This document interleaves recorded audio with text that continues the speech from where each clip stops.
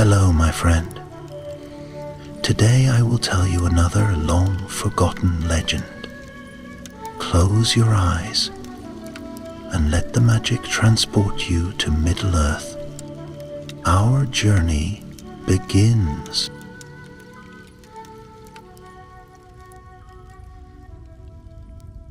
In the days when the world was younger, when the stars still glowed like silver lanterns upon the untroubled seas, and the land of Númenor stood bright and fair upon the horizon, there was a king who bore the weight of wisdom upon his brow. His name was Tar-Amandil, the third ruler of Númenor, and though his hands had never known the grip of a sword, nor his ears the clamor of war, he was no less a king than those who had fought in the great battles of old. He ruled from the city of Armenellos, a jewel set upon the green crown of the island, where golden towers rose like pillars of light into the sky. The white stone of its streets gleamed beneath the warmth of the sun, and the halls of the palace, vast and open, were filled with the scent of cedarwood and the murmur of flowing fountains. From the westernmost terrace one could see the sea stretching far and free, the horizon brushed with the glow of dawn and dusk alike. And beyond that sea, far beyond even the keenest sight of men, lay the undying lands, the forbidden realm of the Valar, where no mortal could tread. It was there, in the heart of this blessed kingdom, that Tar-Amandil sat upon his throne, a man of quiet thought and heavy dreams. He was not a warrior like his grandfather Elros, nor did he long for the adventures of Middle-earth as some of his people did. He was a scholar and a listener, a king who found wisdom in the rustling of leaves as much as in the voices of his counselors. But wisdom, as he well knew, was both a gift and a burden. For though Númenor flourished, there were whispers on the wind, whispers that reached even the halls of the palace. Some of his people, restless in their long lives, had begun to question the ban of the Valar, that ancient decree which forbade them from sailing too far west toward the undying lands. They were the greatest of men, blessed with strength and wisdom beyond their lesser kin. Why then should they be denied the gift of the immortal shores? Why should they not reach out and take what was just beyond their grasp? These were murmurs, no more than ripples upon the surface of a great and peaceful sea. But Tar-Amandil knew well the nature of ripples, how they could spread, how they could become waves, and he feared that one day those waves would rise too high and break upon the very foundation of Númenor. And so one evening, as the golden light of sunset bathed the city in hues of amber and rose, Tar-Amandil stood upon the high balcony of his palace, looking westward. The wind carried the scent of salt and jasmine, and the gulls cried their lonely songs over the sea. At his side stood his son, Elendil, a man of bright spirit and keen mind, who would one day bear the crown in his stead. "Father," Elendil said, his gaze following the same path as his father's, toward the unseen lands beyond the sea. "You are troubled." Tar-Amandil sighed, folding his hands behind his back. "Tell me, my son," he said after a moment, his voice quiet yet firm, "what do you see when you look upon the sea?" Elendil considered his answer carefully. "I see a promise," he said at last. "A world beyond our own, vast and full of mystery. A land from which our ancestors came, and beyond it the realm of the Valar, where no sorrow can touch the shore." Tar-Amandil nodded. "And yet that promise is not ours to claim," he said. "The Valar gave us this island, this land of peace and plenty, as a gift. But some men are not content with gifts. They look upon the horizon and see not a boundary, but a gate yet to be opened. Elendil frowned. You speak of the murmurs among our people. I do. Elendil hesitated before speaking again. Do you fear them, father? Tar-Amandil turned his gaze upon his son, his eyes deep as the ocean. Not yet, he said. But I have learned that fear does not come in sudden storms. It comes in gentle tides, creeping upon the shore until the ground beneath our feet is no longer firm. And I wonder, Elendil, if we stand upon such a shore even now. The younger man was silent for a long moment. Then he said, Perhaps, then, it is our task to hold firm, to remind our people that we have been given all that we need. A faint smile touched Tar-Amandil's lips. Perhaps, he said. And yet, even as he spoke, a wind stirred from the east, a wind carrying tidings of lands beyond Númenor. For even as Tar-Amandil pondered the unrest of his people, another storm was gathering far away. 3 days later, the first ship arrived upon the shores of Númenor, bearing a man who would change the course of the kingdom's fate. A mariner, weary and worn, with eyes like storm clouds, and a voice that carried the weight of distant lands. His ship, battered by wind and wave, bore the sigil of a land known to Númenorian sailors, Middle-earth, the land of their forefathers. He was brought before the king, his clothes damp with seawater, his hands rough with the touch of long oars and storm-tossed ropes. I come with tidings, the mariner said, his voice hoarse but strong. A darkness stirs in the east. At these words the great hall fell silent. The sound of the fountains, the whisper of the wind beyond the high windows, even the rustling of robes and the shifting of feet, all seemed to fade into nothing. Tar-Amandil studied the man before him. What do you mean? He asked. The mariner took a breath, steadying himself.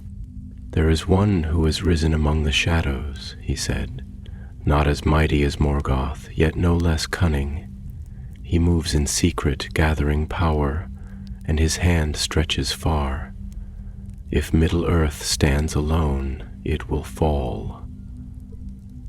A chill settled over the room, though no wind had entered.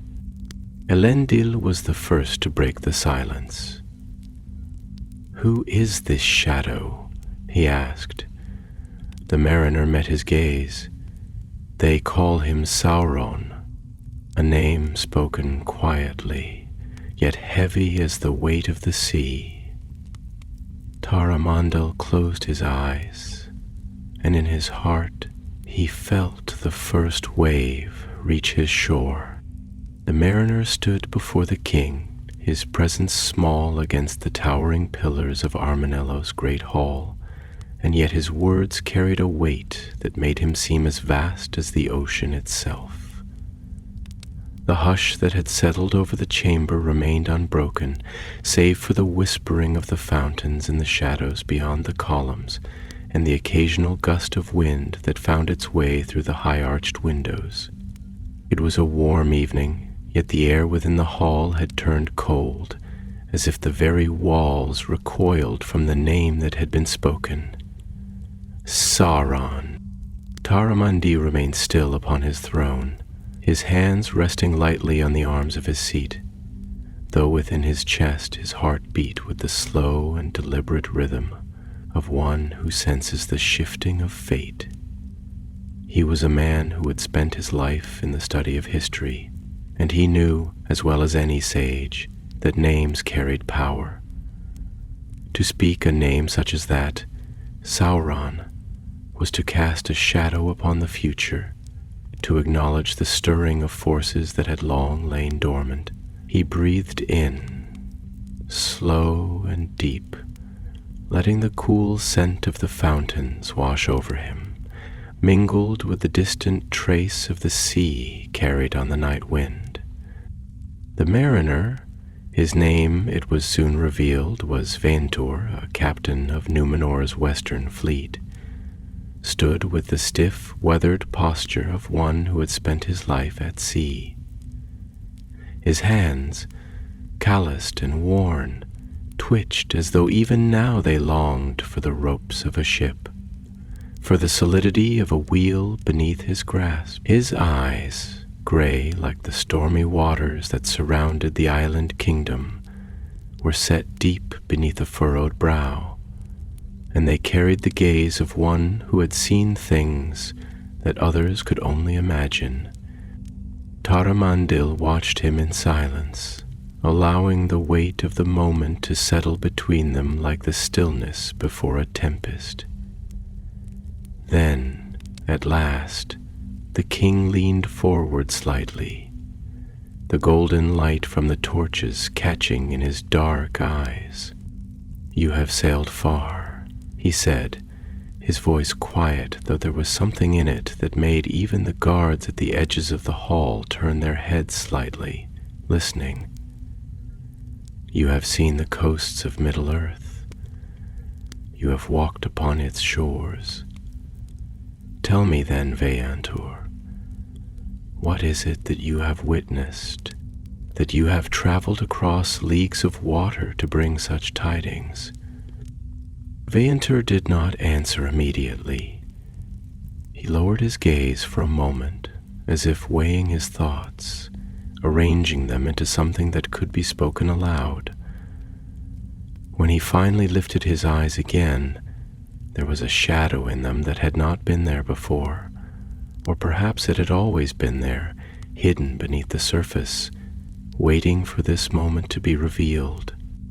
"My lord," he said slowly, his voice rough with salt and wind, "I have seen the rivers run dark and the skies burn red over lands that once knew peace. I have walked through villages where the laughter of children has been replaced by silence, where homes stand empty, their doors swinging open in the wind, their hearths long gone cold.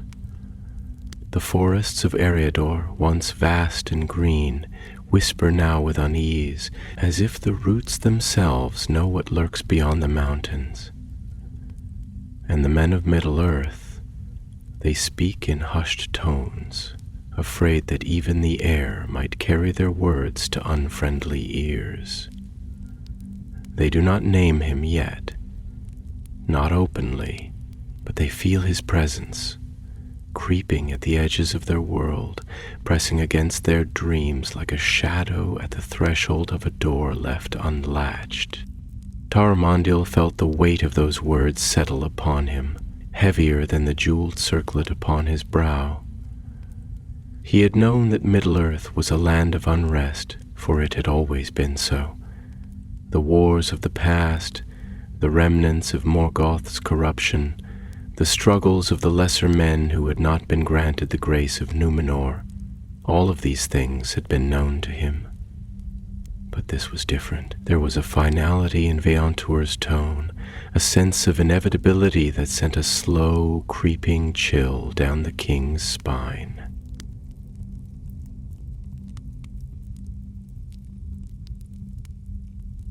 At his side, Elendil shifted, his arms crossed over his chest, his gaze fixed upon the mariner with a keen, piercing intensity. His face, still young, but marked already by the weight of thought and responsibility, bore the look of one who was turning over each word, measuring it, considering its implications. "Captain," Elendil said after a long silence, his voice smooth yet edged with something sharp beneath its calm surface. "You say that the men of Middle-earth whisper of a shadow, that they fear even to speak his name. But fear alone does not make an enemy. There are many evils that linger in the world, remnants of the old wars. There are warlords who claim dominion over lands not their own. There are creatures that still prowl in the dark places of the world. How do we know that this Sauron is more than just another pretender, another fragment of Morgoth's ruin trying to gather the pieces of his master's folly? Vaintur turned his gaze upon the young heir, and in his expression there was something that was not quite a smile, not quite sorrow, but rather an understanding born of years spent watching the tides shift beneath his feet. "You are wise to ask, my lord," he said, and his voice was softer now, though no less steady, and yet wisdom does not always bring comfort. "You ask how we know? I will tell you. We know because we have seen the signs. We have seen the banners of the Black Land rise once more upon the eastern plains. We have heard the voices of those who vanished into the night, never to return. We have felt the unease in the air, the way the birds grow silent before dusk, the way the wolves move not in hunger but in fear. And there is more. In the south there are rumors of a fort rising from the ruin of the past, a place of black stone and iron gates, where the fires burn ever bright and the sound of hammers rings against the anvil of war. The men of Middle-earth call it Barad-dûr.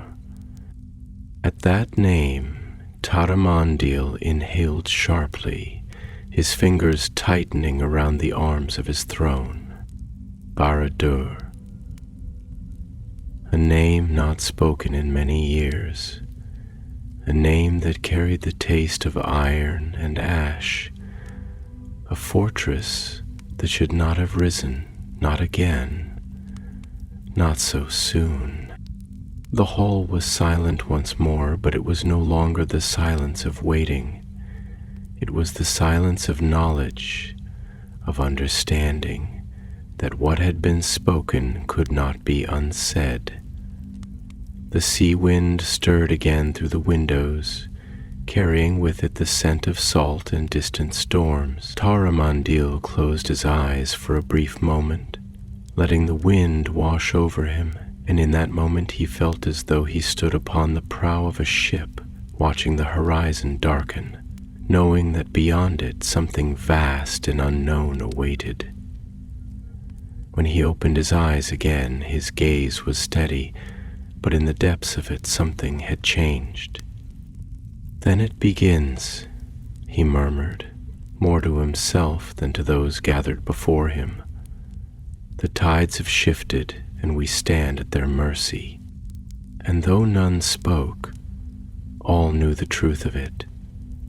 The storm had not yet broken, but the wind had changed, and Númenor stood upon the edge of a choice that would shape the fate of all who dwelt upon the shores of the world.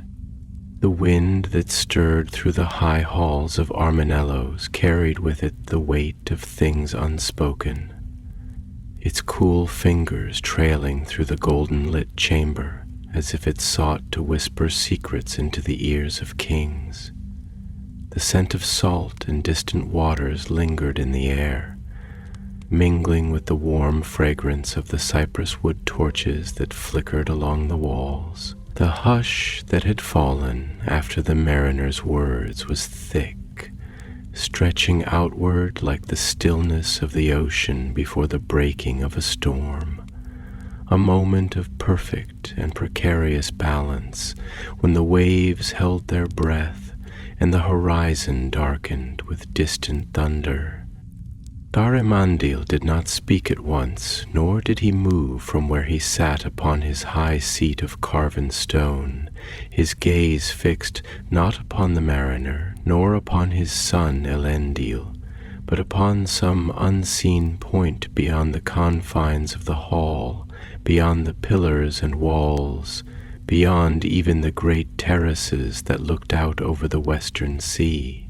His mind, long trained in the deep patience of rulers and the slow turning of wisdom, traced the long paths of history, sifting through the echoes of things that had come before, the warnings and the wisdom passed down from the lips of Elros himself.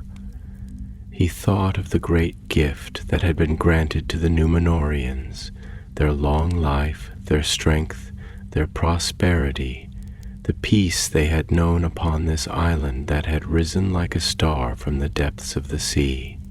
And he thought too of the shadows that had followed them even into this age of light, the whispers of the past that had never truly been silenced, only lulled into forgetfulness by the steady rhythm of years, undisturbed. At last he stirred, his voice low, measured, though beneath it there was a note of something more, something that had not been there before. Barad-dur, he repeated, as though tasting the word upon his tongue, as though by speaking it aloud he might call forth the shape of the darkness that had begun to stir beyond the sight of Númenorian shores. A tower of black stone, rising again from the bones of a ruined age. It is a name that should not have been spoken in our time, and yet here it stands before us once more, casting its shadow long before it has even reached the height of its might. Veantor inclined his head, his weathered face unreadable, though in his stance there was the slightest shift, a quiet understanding that the weight of his message had not gone unheard. Elendil, who had been listening in silence, now leaned forward, the torchlight catching in the sharp planes of his face, his gray eyes narrowed in thought. "My lord," he said, addressing his father, but there was something in his tone that made it clear he was speaking to more than just the man before him.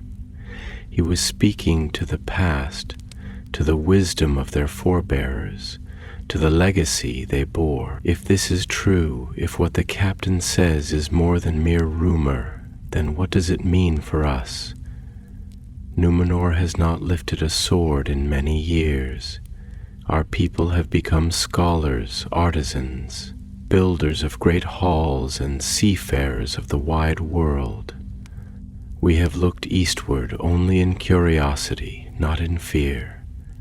And yet, this news carries with it an old scent, the scent of war.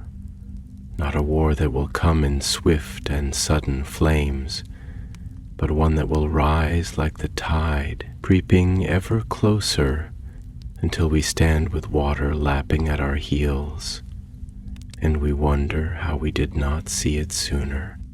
Tar-Amandil exhaled slowly, his hands resting upon the arms of his throne, his fingers lightly tracing the ancient carvings that ran along its surface, symbols of peace, of wisdom, of the high gift of the Valar. And yet, for all the strength of those things, he knew that peace was a delicate thing, a thing that must be tended like a garden, lest it be overtaken by the wild and unchecked growth of more perilous forces. "You see clearly, my son," he said at last, his voice thoughtful, "and yet the question you ask is one that has no simple answer.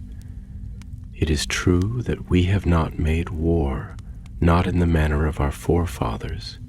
But tell me, Elendil, what is war? Is it only the clash of swords, the breaking of shields, the cries of men upon the battlefield? Or is it something quieter, something that moves long before the first blow is struck? Is it not also the slow turning of hearts, the shifting of thought, the silent struggle between what is and what some wish to be?" He turned his gaze then to Veantor, his expression unreadable. You say that this Sauron moves in the shadows, that he builds, that he whispers rather than strikes. That is the war that concerns me most, not the war of armies, but the war of will, the battle for the hearts of men. For that is a battle that is fought not with steel, but with words, with fear, with desire.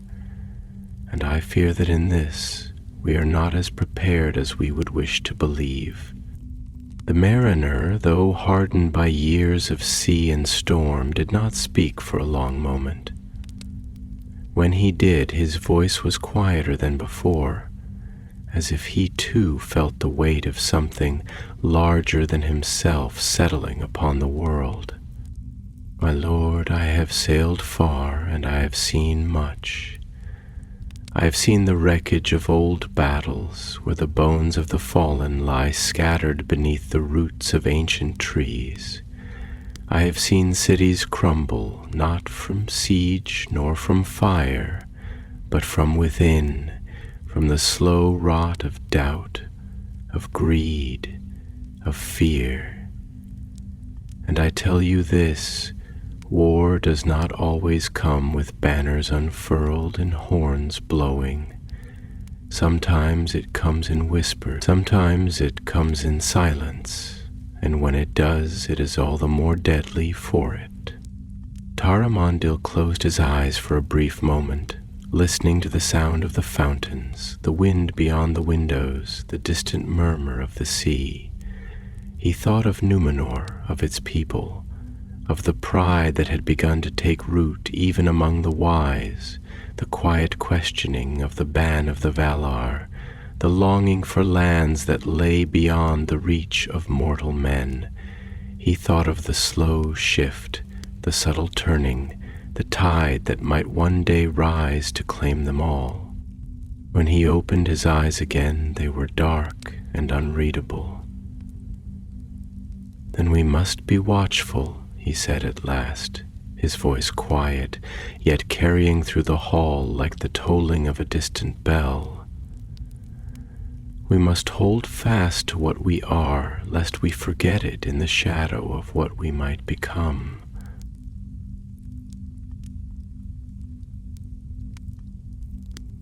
And beyond the windows, beyond the golden city, beyond the shores of Númenor, the sea stretched onward, dark and endless as the first stars of evening flickered to life upon its surface like distant flames waiting to be kindled.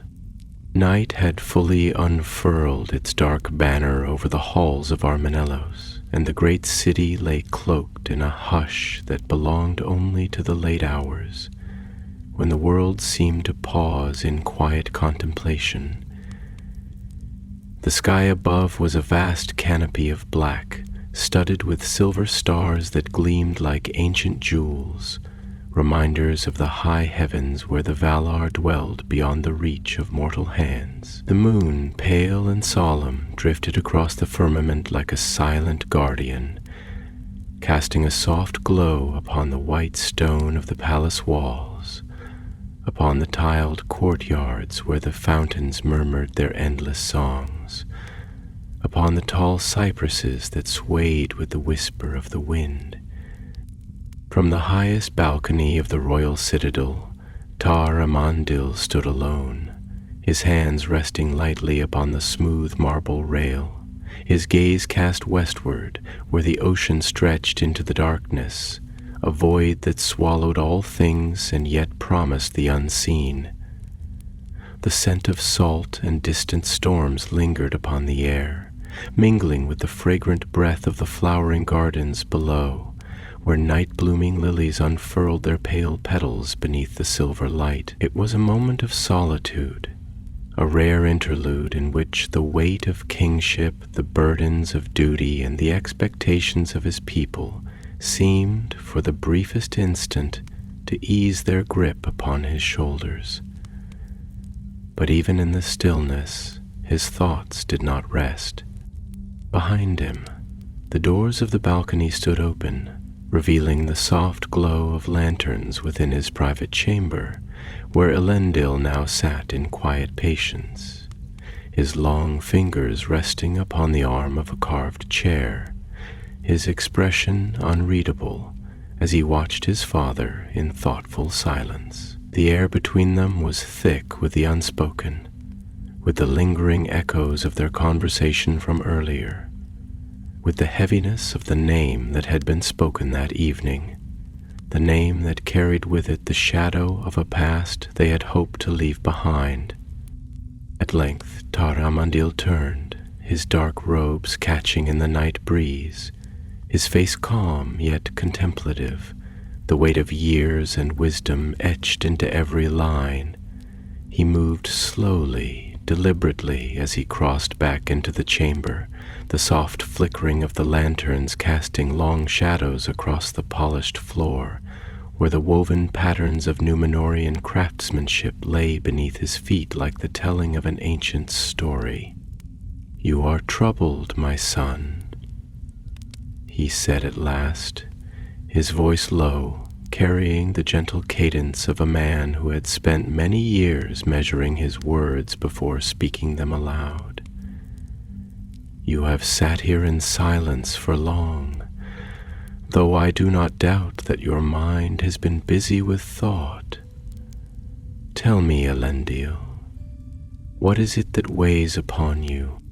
Elendil leaned forward slightly, his hands clasped together as he studied his father with a gaze that was keen, thoughtful, but edged with something else, something unspoken, something lingering just beneath the surface of his otherwise steady composure.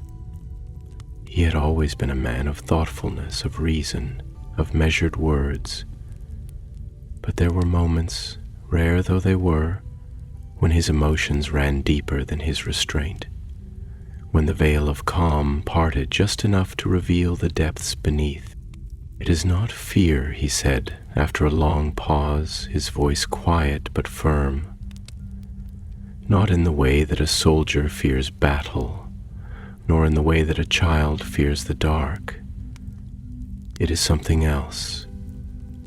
A weight upon the heart, a whisper at the edge of thought, a shadow upon the horizon that one cannot yet see, but knows is there." He exhaled slowly, his fingers tightening briefly before relaxing again. "I have spent my life hearing of the great wars of the past, of the fall of Morgoth, of the triumph of the Valar and the Edain, of the reward that was given to our people, the land of gift, fair Númenor, untouched by sorrow. And yet I have also spent my life knowing that nothing in this world is eternal, that even the highest walls can be breached, that even the most steadfast of kingdoms can wane, that the sea, though it grants us passage and prosperity, can also be the instrument of ruin. And now I cannot help but wonder, are we standing upon the edge of such a change? Is this the moment when we turn unknowingly toward a path that will lead us to a place we cannot return from? Tar-Amandil regarded his son in silence for a moment, watching the way his brow furrowed ever so slightly, the way his breath was slow and measured as though he were trying to steady the uncertainty within.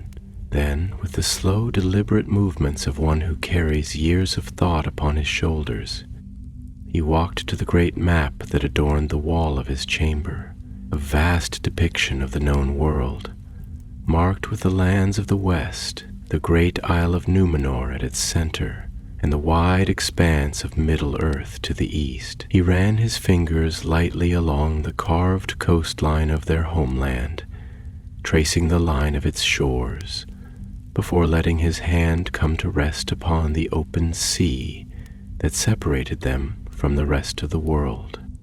"You speak of change as though it is a thing to be feared," he said, his voice thoughtful, his eyes still upon the map. "But tell me, Elendil, has the world ever been still?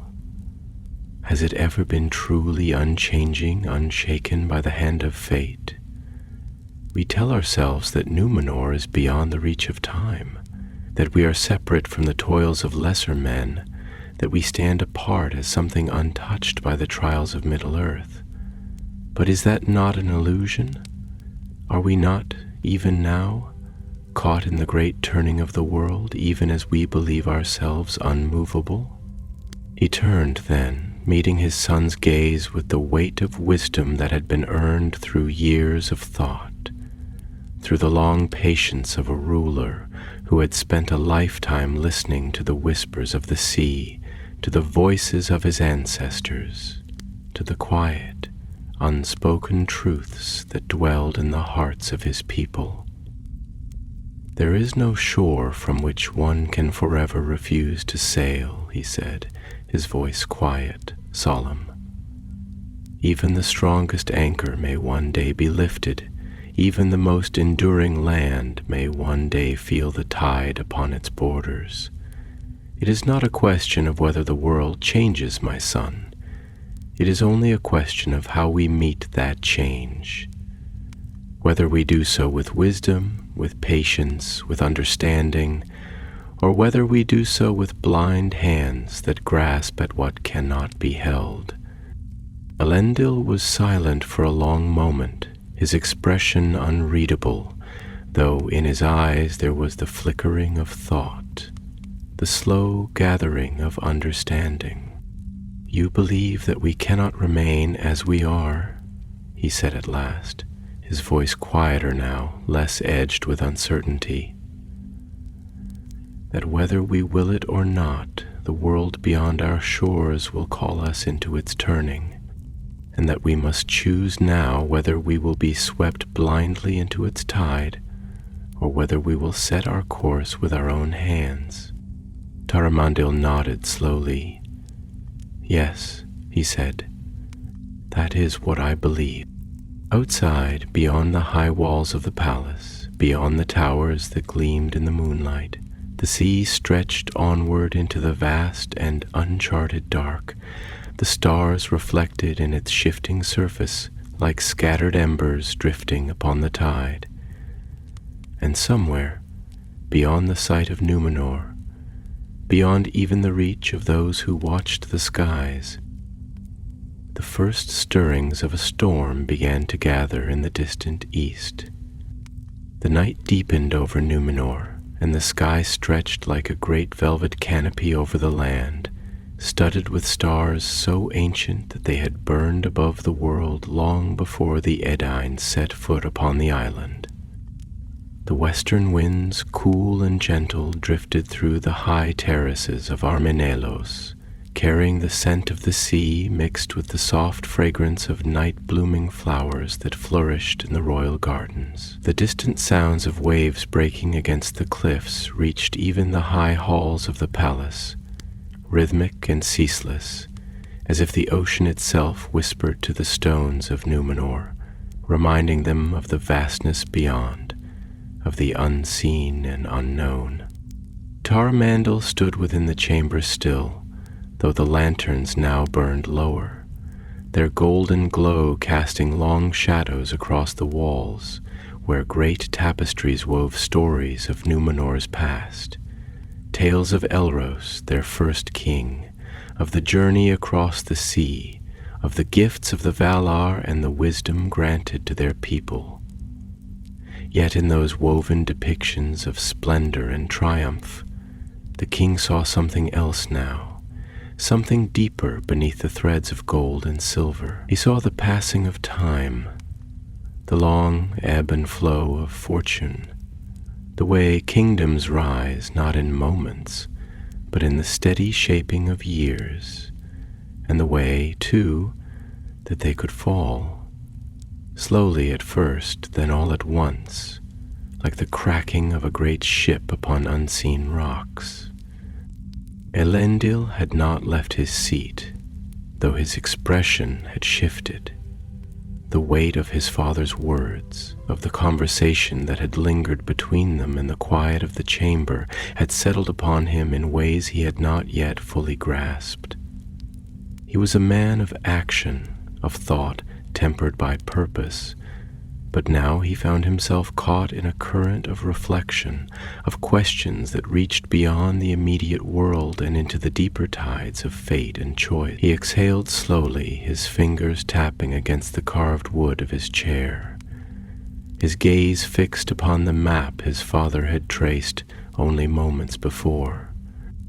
"If it is true," he said at last, his voice measured, though there was something beneath it, a quiet urgency, a recognition of something vast and inevitable approaching on the horizon. "If we are indeed upon the edge of something that will reshape not only Middle-earth but our place within it, then we must ask ourselves, what does it mean to rule? What does it mean to be Númenorian? Is it our purpose to remain apart, to keep ourselves as we are, unchanging as the world turns without us? Or is it our fate to be drawn into its turning, whether by choice or by necessity?" Tar-Amandil studied his son for a long moment, the flickering light playing upon the sharp lines of Elendil's face, the quiet determination that sat in his eyes.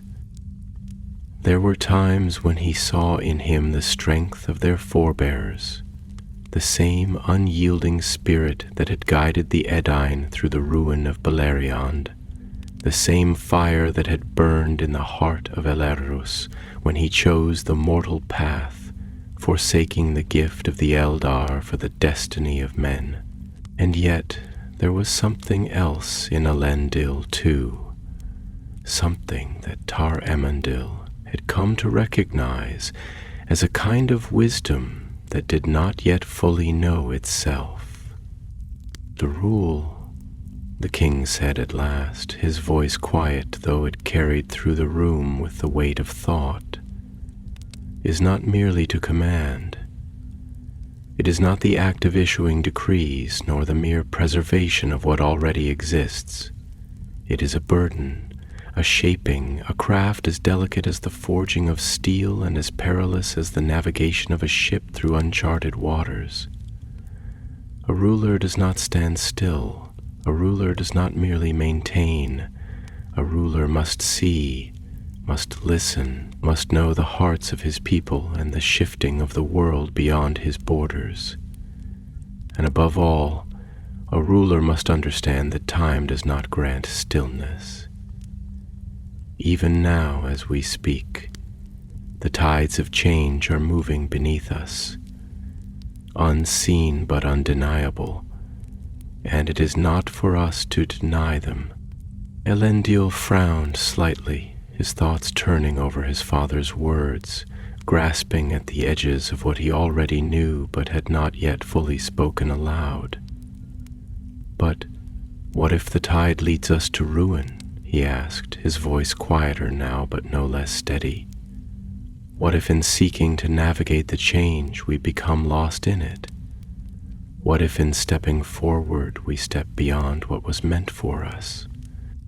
Tar-Amandil turned back toward the balcony, the night air cool against his face as he looked westward once more, toward the horizon where the sea met the unseen, where the undying lands lay beyond the reach of mortal hands. He stood in silence for a long moment, as though listening to something distant, something only he could hear. "That," he said finally, his voice thoughtful, "is the question that every ruler, every man must ask himself. There is no answer that can be given in certainty, no path that is without peril. But tell me, my son, is it not also a kind of ruin to stand still while the world moves around us? To hold so tightly to what was that we become blind to what must be? Perhaps it is not the tide itself that is our undoing, but the refusal to see it for what it is." Elendil leaned back, his hands resting on the arms of his chair, his gaze drifting toward the map once more. "And yet," he murmured, half to himself, "the Valar placed us here upon this island, apart from the rest of the world. They gave us Númenor as a gift, as a sanctuary. Did they not intend for us to remain here, separate, untouched by the struggles of Middle-earth? Perhaps, in seeking to move with the tide, we defy the purpose for which we were given this land. Tar-Amandil turned, his expression unreadable, though in his dark eyes there was something quiet and knowing. "And do you think, then, that the will of the Valar is so easily understood?" he asked, his voice low but firm. "Do you think that the ban was given to us simply to keep us idle, to keep us apart? Or was it given to test us, to see whether we would hold to wisdom even as our power grew, to see whether we would learn patience or whether we would succumb to the oldest folly of men, the folly of grasping beyond our reach?" Elendil did not answer at once, for the question was not one that could be answered easily. Instead, he sat in silence, his thoughts moving like the slow turning of the stars above, shifting, aligning, searching for meaning in the great and endless sky. Outside, beyond the palace walls, the sea continued its ceaseless murmur against the cliffs, and in the distance, unseen by those who dwelled upon Númenor, the first stirrings of something vast and unseen moved across the lands of Middle-earth. The world was changing, whether they willed it or not, and even in this moment of quiet, even in the stillness of the night, the course of fate was already unfolding. And though neither father nor son spoke it aloud, both knew that soon a choice would have to be made. The sky over Númenor stretched vast and unbroken, a deep midnight blue adorned with the cold fire of countless stars, their silver flames burning steady and ancient in the heavens above. The air was crisp with the scent of the sea, tinged with the cool fragrance of the gardens below. The high terraces of the royal palace stood bathed in that soft light, their white stones shimmering faintly, carved with intricate runes that whispered of ages past, of a time when the island had first risen from the depths, a gift bestowed by the Valar upon the faithful. Tar-Amandil stood once more upon the western balcony, his hands lightly resting upon the smooth marble rail, his gaze cast toward the sea where the horizon blurred into the infinite dark. He had stood here many times before, pondering, weighing the course of Númenor's fate in the stillness of the night, but never had the burden felt as heavy as it did now. The words of Vainchur, the warnings of Middle-earth's unrest, the questions that his son had raised, each of these threads now wove together into something greater, something inescapable. The peace that Númenor had long known was not eternal. He had always known this in the quiet recesses of his mind, though he had never spoken it aloud. Yet now, as the winds carried whispers of change across the sea, he felt that knowledge settle upon him like the weight of a crown wrought in iron rather than gold. Behind him, within the warm glow of the chamber, Elendil remained seated, though his posture was not that of rest. His hands were clasped before him, his fingers intertwined in deep contemplation, and his expression bore the quiet tension of a man who wrestled with thoughts too large for words alone. He had spent his life preparing for the burdens of leadership, raised with the knowledge that one day he would bear the scepter and guide the people of Númenor. Yet he had never truly reckoned with the possibility that his rule might not be one of peace, that the very foundation of the kingdom might begin to tremble beneath him. He had thought of Númenor as unshaken, as steadfast as the cliffs that withstood the unrelenting crash of waves. Yet now he saw the cracks, Small, perhaps, but there all the same. His father turned at last, his dark robes shifting with the movement, the golden embroidery catching briefly in the lamplight. "The Valar granted us this land," Tar-Amandil said, his voice measured, thoughtful, the words unfolding with the weight of many years behind them. "And in that granting they gave us peace, prosperity, a kingdom unlike any other in the world of men. We have outlived our lesser kin.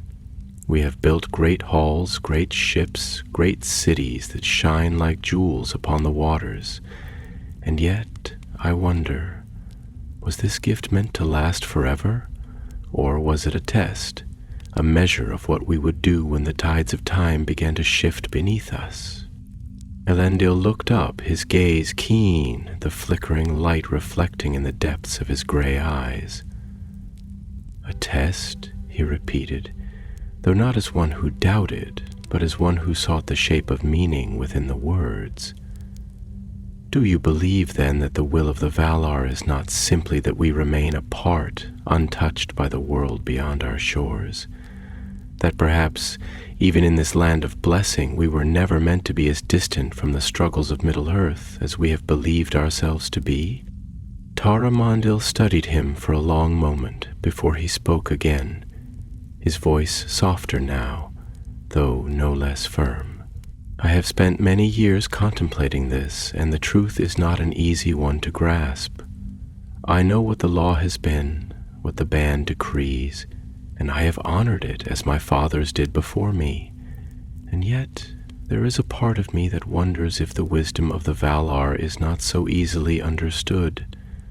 We were granted Númenor, yes, but we were also given the knowledge of the world beyond our island. We were given long lives, but not immortality. We were given strength, but not divinity. Why? Why would they gift us so much, and yet set boundaries around us? If not to see what we would do with what we had been given." He stepped further into the room, his hands clasped loosely before him, his expression contemplative. "It is easy to think of the ban as a wall, as an immutable decree that separates us from the world beyond. But I have begun to wonder if it is not, instead, a question, one that we must answer for ourselves. Do we remain as we are, looking always westward toward what is forbidden to us, longing for the undying lands as a child longs for something just out of reach? Or do we turn eastward, toward Middle-earth, toward our kin, toward the struggles of the world that we have sought to forget? Do we ignore the darkness that rises, telling ourselves that it is not our concern, that it is not our war? Or do we recognize that our fate, our very existence, is tied to the fate of all men, whether we will it or not? Elendil was silent for a long while, his fingers pressing against his palm as he considered his father's words, tracing them through the halls of his own thought. He had long held reverence for the wisdom of the Valar, for the grace that had granted them this land, this life, but he had never before questioned the nature of that gift. To think of the ban not as a law, but as a choice, one that Númenor itself must answer, was a thought that unsettled him, yet also intrigued him, for it carried with it a weight of purpose that he had not before considered. "And if we choose," he said at last, his voice quieter now, thoughtful, "if we turn our gaze eastward rather than west, if we decide that we are not meant to remain apart from Middle-earth, that we have a duty beyond our own island, what then? What does that make us? Protectors? Conquerors? Do we bring wisdom or do we bring dominion? Where is the line between guidance and rule, between aid and ambition? And if we cross it even unknowingly, even with the best of intentions, How then do we return? His father sighed, slow and deep, his gaze heavy with the weight of years. That, my son, he said, is the great peril of all who seek to shape the course of the world. We may begin with noble purpose, with the desire to protect, to aid, to stand against the rising dark. But power, once wielded, is a dangerous thing. It does not always remain in the hands of those who understand its burden, and that is why I fear for Númenor. Not for what it is now, but for what it may become if we forget wisdom in the face of our own greatness. Elendil's lips pressed into a thin line, his thoughts moving in long, unbroken arcs, weaving through the questions that had no simple answers, through the possibilities that stretched in both directions. Toward wisdom, toward folly, toward a future that was not yet written, but that was already being shaped in the quiet choices of this moment. Outside, the night wind stirred once more, carrying with it the scent of salt and thyme, of the ceaseless sea that had borne them to this land, and that might one day bear them away again. And though neither father nor son spoke it aloud, both knew that the course of Númenor had already begun to change. The tide had turned, though the waves had not yet reached their shores. The night was deepening, stretching its great cloak over the land of Númenor like a slow tide creeping over untouched sands, drowning all in silence and shadow. The stars above, cold and luminous, held their watch over the island, scattered across the heavens like embers of some ancient fire that had burned long before the world was young. From the terraces of the palace, the sea could be glimpsed, a vast and restless thing, its dark surface kissed with silver where the moon cast its light. The wind, though gentle, carried within it the breath of distant lands, of unknown waters, of shores unseen and mysteries unsolved. It was the wind of travelers, of sailors, of those who were not content with stillness, those whose hearts beat to the rhythm of the waves. But Tar-Amandil was not a sailor. He was a king, and his heart was not that of a man who longed for distant shores, but of one who sought to understand the ground upon which he stood, the foundation upon which a kingdom was built, the weight of the past and the fragility of the future. And so he remained within his chamber, seated now at the great wooden table that had been carved long ago by the hands of master craftsmen, its surface worn smooth by time and by the many kings who had sat before him, pondering their own burdens beneath the light of the same stars. Across from him, Elendil had not moved, though his eyes were darker now, filled with the quiet storm of a mind turning over questions too vast for simple answers. "You say," Elendil murmured at last, breaking the long silence that had settled between them, "that power, once wielded, is a dangerous thing, that it does not always remain in the hands of those who understand its burden, and I cannot disagree. I have seen how easily ambition takes root, how quickly the desire to guide can become the desire to rule. But if we do nothing, if we stand apart and allow the world beyond our shores to fall into darkness, is that not its own kind of failure? Does wisdom lie only in restraint, in holding back our strength, in refusing to take part in the shaping of things? Or does it also lie in knowing when to act, when to wield what we have been given, not in conquest, but in preservation?" Tar-Amandil listened, his fingers tracing idle patterns upon the wood of the table, though his gaze remained fixed upon his son.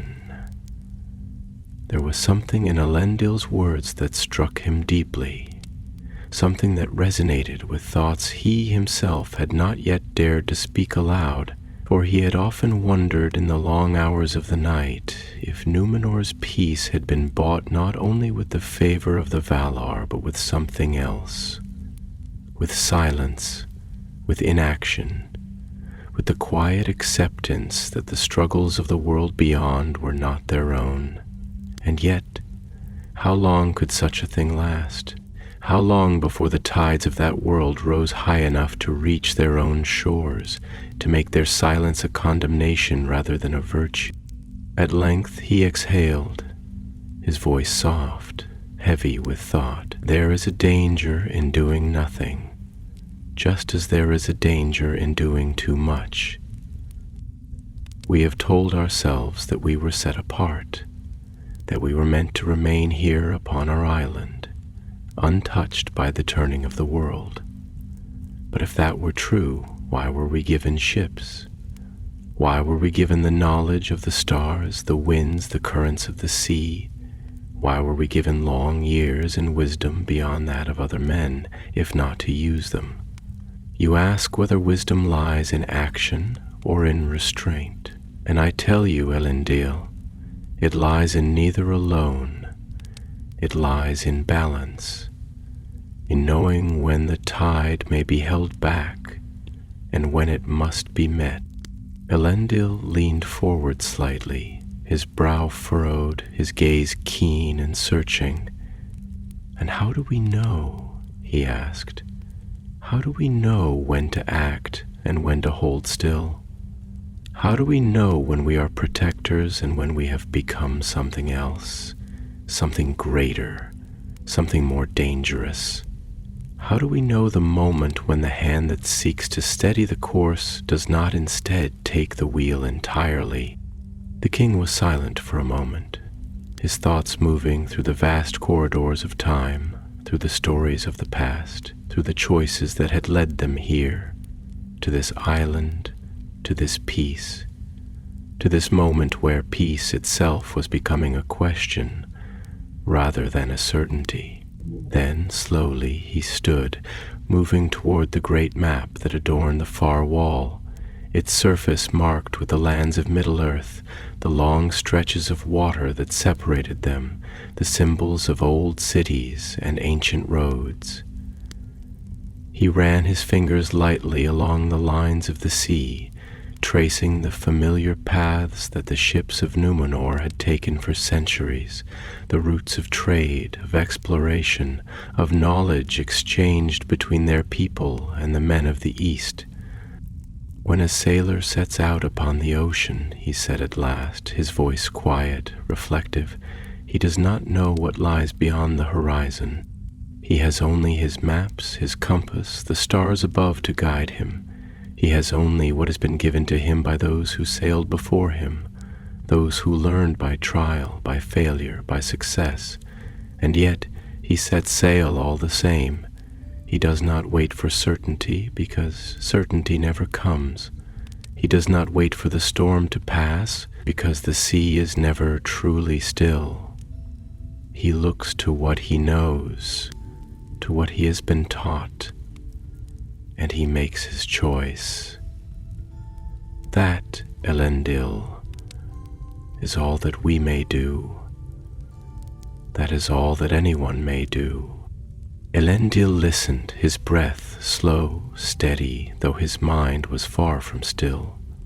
He had always sought certainty, always sought to understand the deeper currents beneath the surface of things, to know before acting, to see before stepping forward. But perhaps that was folly. Perhaps no ruler, no man could ever truly see the course before it was taken. Perhaps all they could do was look to the stars, to the winds, to the knowledge of those who had gone before, and step forward with what wisdom they possessed. For a long time, neither of them spoke. The wind stirred through the open windows, carrying with it the distant cry of a gull, the sound of waves against the cliffs, the ever-present whisper of the sea. The lamps burned low, their light flickering against the walls, casting shadows that seemed almost to move, shifting with the uncertainty that lay between them. At last, Tar-Amandil turned from the map, his gaze steady upon his son.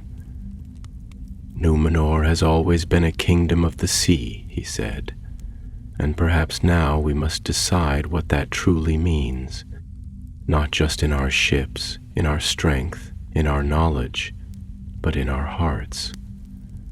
Perhaps we must decide if we are to remain upon the shore watching the horizon, or if we must set sail and meet what awaits us." Elendil exhaled slowly, his hands resting upon the arms of his chair, his thoughts still moving like the currents of the deep. "Then it is a question of who we are," he murmured, "not only as rulers but as a people. Whether we are content to stand upon the cliffs and watch the world change, or whether we are willing to change with it." Tar-Amandil inclined his head, his expression unreadable. "It has always been a question of who we are," he said. "Perhaps now it is time we answer it. And beyond the palace, beyond the city, beyond the shores of Númenor, the sea stretched onward into the dark, vast and endless, waiting for those who dared to seek what lay beyond the horizon. The hush of the late hours deepened over Númenor, and in the great halls of Armanelos, silence became a presence unto itself, thick and heavy as the lingering fragrance of cypress and sea salt that clung to the polished stone. The torches lining the corridors burned low, their flames swaying gently in the quiet breath of the night, their golden light casting wavering shadows upon the carved reliefs that adorned the walls. Scenes of Númenor's founding, of Elros Tar-Miniatur standing before the Valar, of ships sailing upon the open sea, their sails proud and full. The past surrounded them here, woven into the very fabric of the palace, ever watchful, ever reminding. Tar-Amandil sat in his high-backed chair, the weight of the moment settling upon him as if the very stones of Númenor had laid their burdens upon his shoulders.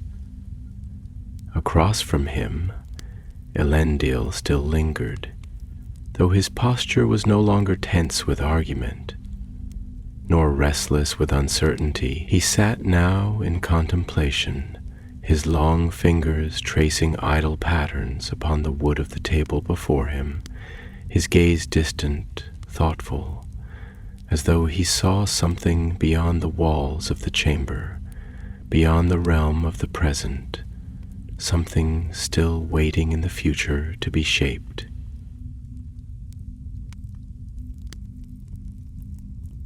At last, after what seemed an age of quiet, Tar-Amandil exhaled, slow and deliberate, the sound barely more than a breath against the stillness of the room. "You speak of change," he murmured, his voice heavy with the weight of thought of the great tide that moves beneath us, unseen but undeniable, "and you ask whether we are to remain upon the cliffs, unmoving, or if we are to step into the current and be carried forward into what lies ahead. But tell me, my son, do you truly believe that standing still is possible, that we can remain as we are, untouched, unchanged, while the world beyond our shores turns and shifts? Even now, as we speak, the sea does not cease its motion. The stars do not still their paths. The hands of time do not pause in their turning. What then of Númenor? Can a kingdom stand against the nature of all things? Can it remain forever as it was, resisting the pull of time itself? Elendil did not answer immediately, though his brow furrowed, his fingers stilling upon the table as he considered his father's words. He had always thought of Númenor as something vast, something enduring, a beacon of wisdom and power that stood apart from the lesser fates of men, untouchable by the slow decay that wore down the kingdoms of Middle-earth. But now, as he listened, as he turned over the question in his mind, he saw the flaw in that belief. Númenor was not beyond time. No thing in Arda was beyond time, save perhaps the undying lands themselves, and even those lands, untouched by mortality, were not beyond change.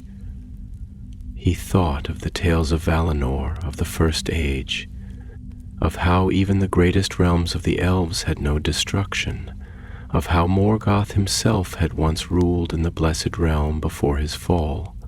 Even the most sacred, the most enduring, had not remained unshaken. How then could Númenor, a kingdom of men, believe itself any different?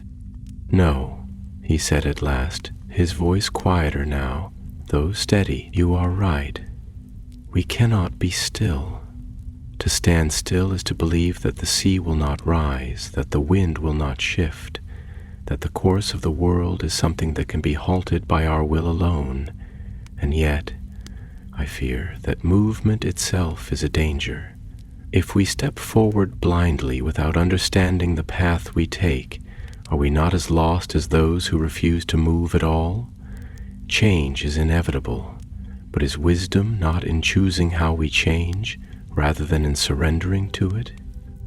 A small smile touched Tar-Amandil's lips, though there was no amusement in it, only quiet acknowledgement. That, my son, is the great burden of those who rule.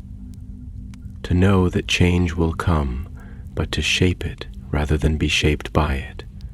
To walk a path that is neither blind ambition nor stagnant refusal.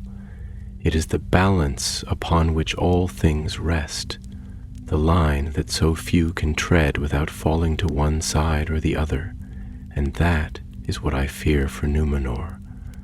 Not that we will fail to change, but that in doing so, we will not know when we have stepped beyond what was meant for us. That in seeking to guide, we will instead seek to rule. That in seeking to preserve, we will instead claim dominion. And the moment that line is crossed, it cannot be undone. Elendil leaned back slightly, his expression darkening as he considered his father's words. He had seen the growing pride in Númenor, the subtle but undeniable shift in the hearts of their people. Where once they had looked westward with reverence, many now looked eastward with longing. The lands of Middle-earth, once seen as distant and troubled realms, were now spoken of in different terms. Lands that could be ordered, guided, ruled.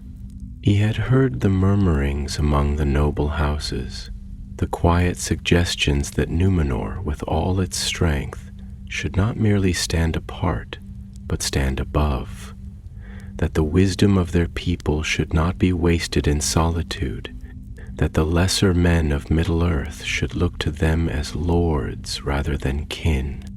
And if that day comes, he said, his voice heavy with thought, if we do not hold to wisdom, if we do not recognize when we have overstepped, then what becomes of Númenor? What becomes of the gift we were given, of the land that was meant to be a sanctuary rather than a kingdom of conquest?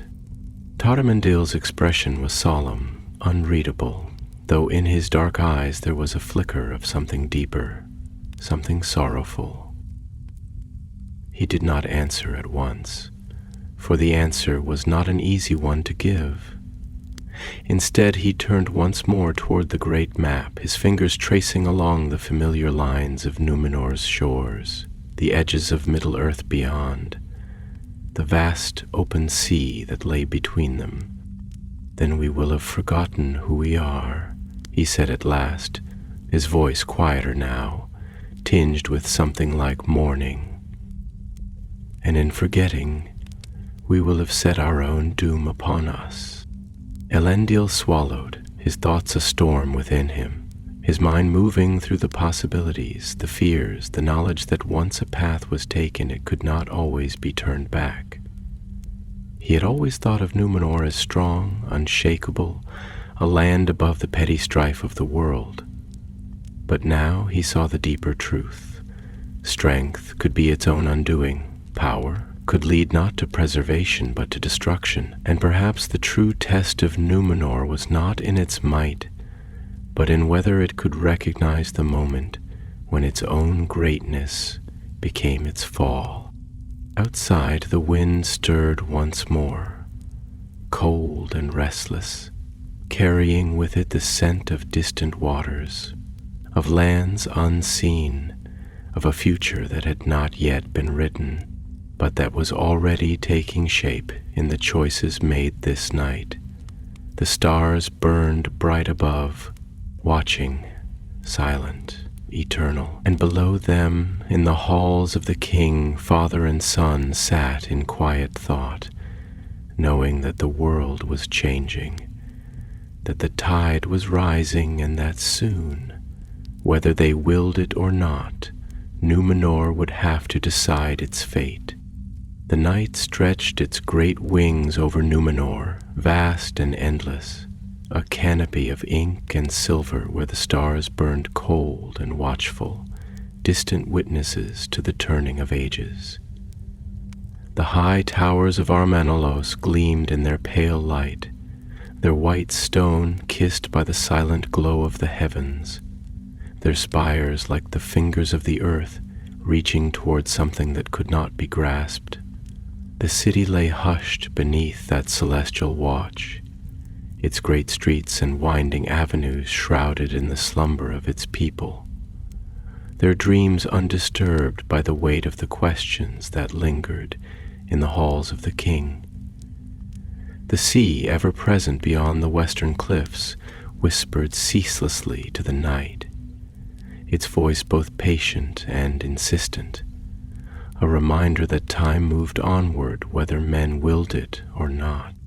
Tar-Amandil had not left his chamber, though the lamps had burned lower, their golden light retreating into soft embers, casting long flickering shadows that danced across the carved walls where the stories of Númenor's past lay written in stone. He sat still, his hands resting upon the table, his gaze lingering on the great map before him, though his thoughts drifted far beyond its borders. Across from him, Elendil remained, his expression darkened by contemplation, the weight of their conversation pressing upon him as the slow realization of something vast and inevitable settled within him. The silence between them was no longer empty. It was filled with the turning of thoughts, with the gathering of meaning, with the slow unfolding of a future not yet shaped but already pressing upon them, as the tide presses upon the shore before it sweeps inward. And at last it was Elendil who broke that silence, his voice quieter now, but no less steady, carrying within it the weight of something that had not been there before. "I have always thought," he began, his gaze unwavering upon his father, "that wisdom was something certain, something that could be grasped, something that once understood would be as firm as stone beneath my feet. I believed that to lead was to have clarity, that a ruler must know the path before he steps upon it, that hesitation, uncertainty, doubt, these were things to be set aside, things that belonged to lesser men, to those who did not carry the burden of kingship. And yet the more I listened, the more I reflect, the more I see that the very nature of wisdom is not certainty at all, but the acceptance of uncertainty, the willingness to question, to weigh, to walk a path that is never truly clear. I see now that wisdom is not a shield against doubt, but the ability to carry doubt without being undone by it. And that is what I fear most, that Númenor, in its strength, in its certainty, will lose sight of the very thing that has made us great, that we will become so sure of our own power, our own destiny, that we will cease to question, cease to doubt, cease to recognize the moment when we have stepped beyond wisdom and into folly. Tar-Amandil listened, his expression unreadable, though in the depths of his eyes there was something that stirred, something that spoke of understanding, of recognition, of a quiet pride that he did not voice. He leaned back slightly, his fingers tracing absent patterns upon the polished wood of the table, his thoughts moving through the words his son had spoken, measuring them, feeling their weight. And then, after a long pause, he exhaled slowly, his voice low, reflective, carrying with it the echo of years spent pondering the very things that now sat before them. "You are right," he murmured, his gaze drifting toward the map once more. "Wisdom is not certainty. It is not a thing that can be held in the hand, or worn as a crown, or spoken as a decree. It is a thing that must be carried, and carrying it is a burden, for it requires the acceptance that we will never see the full shape of what lies ahead, that every choice we make will shape something beyond our sight, and that is why wisdom is so easily lost. Because certainty is simpler, because the path of power is clearer, because it is easier to believe that we know, rather than to admit that we do not." He turned then, his gaze settling upon Elendil, his voice quieter now, though no less firm. "And that is what I fear for Númenor. Not war, not conquest, not even the darkness that stirs in Middle-earth. I fear what happens when we cease to ask, when we cease to doubt, when we cease to recognize the limits of what we were given. I fear the moment when we believe ourselves above the very laws that shape this world, when we no longer look westward in reverence, but eastward in hunger. I fear the moment when we no longer remember that we were given this land as a gift, not as a right. And when that moment comes, when that shift occurs, it will not happen in a single day, nor in a single war. It will happen as all things happen, slowly, subtly, so that we do not see it until it is too late. And by the time we realize what we have become, we will no longer be able to turn back." Elendil swallowed, his throat tightening with the weight of those words, the slow, creeping realization of something vast and inescapable. He thought of Númenor, of its people, of the quiet pride that had taken root in their hearts, of the whispers of ambition, of the slow shift in how they spoke of Middle-earth, not as a distant land, not as the home of their lesser kin, but as something that might one day belong to them. And for the first time he felt the chill of something deeper than fear, something that settled in the marrow of his bones, something that could not be fought with swords or ships or armies.